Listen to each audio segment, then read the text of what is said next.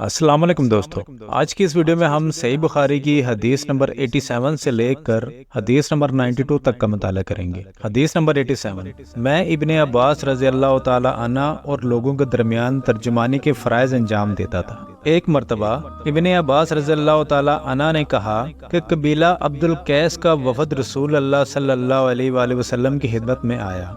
आप सल्लल्लाहु अलैहि वसल्लम ने दरियाफ्त फरमाया कि कौन सा वफद है या ये कौन लोग हैं। उन्होंने कहा कि रबिया खानदान के लोग हैं। आप सल्लल्लाहु अलैहि वसल्लम ने फरमाया कि मुबारक हो कौम को आना या मुबारक हो इस वफद को जो कभी ना रुसवा हो ना शर्मिंदा हो। इसके बाद उन्होंने अर्ज किया कि हम एक दूर दराज कोने से आप सल्लल्लाहु अलैहि वसल्लम के पास आए हैं और हमारे और आपके दरमियान कफ़ार मुज़र का ये कबीला पड़ता है। इसके खौफ की वजह से हम हुर्मत वाले महीनों के अलावा और अयाम में नहीं आ सकते, इसलिए हमें कोई ऐसी कतई बात बतला दीजिए कि जिसकी हम अपने पीछे रह जाने वाले लोगों को खबर दे दें और इसकी वजह से हम जन्नत में दाखिल हो सकें। तो आप सल्लल्लाहु अलैहि वसल्लम ने इन्हें 4 बातों का हुक्म दिया और 4 से रोक दिया। अव्वल, इन्हें हुक्म दिया कि एक अल्लाह पर ईमान लाएं। फिर फरमाया कि क्या तुम जानते हो कि एक अल्लाह पर ईमान लाने का क्या मतलब है? उन्होंने अर्ज किया, अल्लाह और इसका रसूल ज्यादा जानते हैं। आप सल्लल्लाहु अलैहि वसल्लम ने फरमाया, एक अल्लाह पर ईमान लाने का मतलब ये है कि इस बात का इकरार करना कि अल्लाह के सिवा कोई माबूद नहीं और ये कि मोहम्मद सल्लल्लाहु अलैहि वसल्लम अल्लाह के सच्चे रसूल हैं, और नमाज कायम करना, ज़कात अदा करना और माह रमज़ान के रोज़े रखना, और ये कि तुम माल गनीमत से 5वां हिस्सा अदा करो। और 4 चीज़ों से मना फरमाया, दबा, हंतम और मज़फ़त के इस्तेमाल से। और चौथी चीज़ के बारे में शोबा कहते हैं कि अबू हमजा बसा वक़ात नकीर कहते थे और बसा वक़ात मकीर। इसके बाद रसूल अल्लाह सल्लल्लाहु अलैहि वसल्लम ने फरमाया कि इन बातों को याद रखो और अपने पीछे रह जाने वालों को भी इनकी खबर कर दो।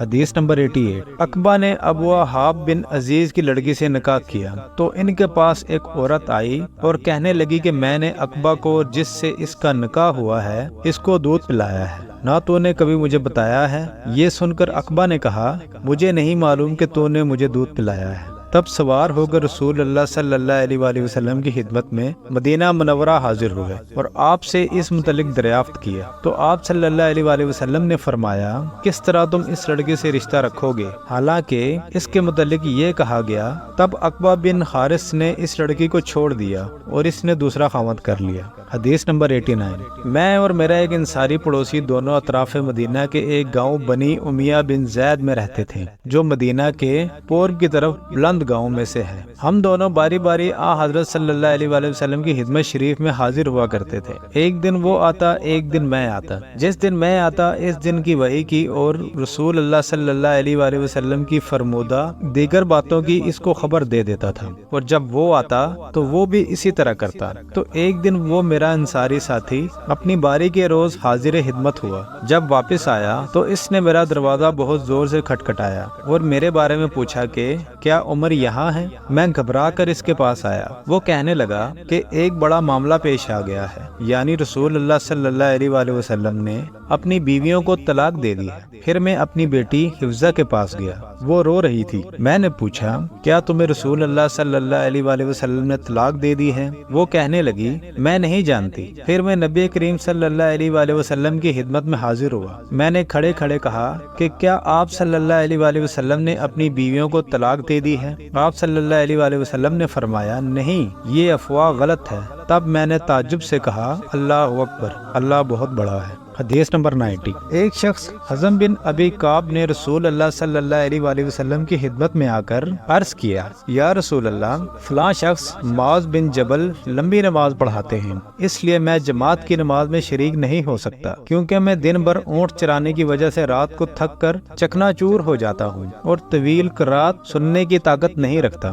ابو مسعود راوی کہتے ہیں کہ اس دن سے زیادہ میں نے کبھی رسول اللہ صلی اللہ علیہ وآلہ وسلم کو وعظ کے دوران اتنا غضبناک نہیں دیکھا۔ آپ صلی اللہ علیہ وآلہ وسلم نے فرمایا، اے لوگو، تم ایسی شدت اختیار کر کے لوگوں کو دین سے نفرت دلانے لگے ہو، سن لو، جو شخص لوگوں کو نماز پڑھائے تو وہ ہلکی پڑھائے، کیونکہ ان میں بیمار، کمزور اور حاجت والے سب ہی قسم کے لوگ ہوتے ہیں۔ حدیث نمبر 91۔ ایک شخص عمیر یا بلال نے رسول اللہ صلی اللہ علیہ وآلہ وسلم سے پڑی ہوئی چیز کے بارے میں دریافت کیا۔ آپ صلی اللہ علیہ وآلہ وسلم نے فرمایا، اس کی بندن پہچان لے، یا فرمایا کہ اس کا برتن اور تھیلی پہچان لے، پھر 1 سال تک اس کی شناخت کا اعلان کرو، پھر اس کا مالک نہ ملے تو اس سے فائدہ اٹھاؤ، اور اگر اس کا مالک آ جائے تو اسے سونپ دو۔ اس نے پوچھا، اچھا گم شدہ اونٹ کے بارے میں کیا حکم ہے؟ آپ کو اس قدر غصہ آ گیا کہ اوتار مبارک سرخ ہو گئے، یا راوی نے یہ کہا کہ آپ کا چہرہ سرخ ہو گیا۔ یہ سن کر آپ صلی اللہ علیہ وآلہ وسلم نے فرمایا، تجھے اونٹ سے کیا واسطہ؟ اس کے ساتھ خود اس کی مشق ہے اور اس کے پاؤں کے سم ہیں، وہ خود پانی پر پہنچے گا اور خود پی لے گا اور خود درخت پر چرے گا، لہٰذا اسے چھوڑ دو یہاں تک کہ اس کا مالک مل جائے۔ اس نے کہا کہ اچھا گمشدہ بکری کے بارے میں کیا ارشاد ہے؟ آپ صلی اللہ علیہ وآلہ وسلم نے فرمایا، وہ تیری ہے یا تیرے بھائی کی، ورنہ بھیڑیے کی غذا ہے۔ حدیث نمبر 92۔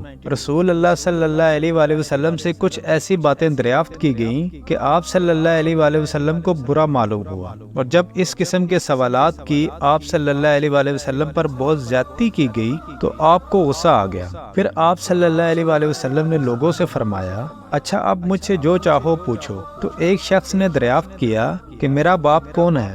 آپ صلی اللہ علیہ وآلہ وسلم نے فرمایا، تیرا باپ خزاف ہے۔ پھر دوسرا آدمی کھڑا ہوا، اس نے پوچھا کہ یا رسول اللہ، میرا باپ کون ہے؟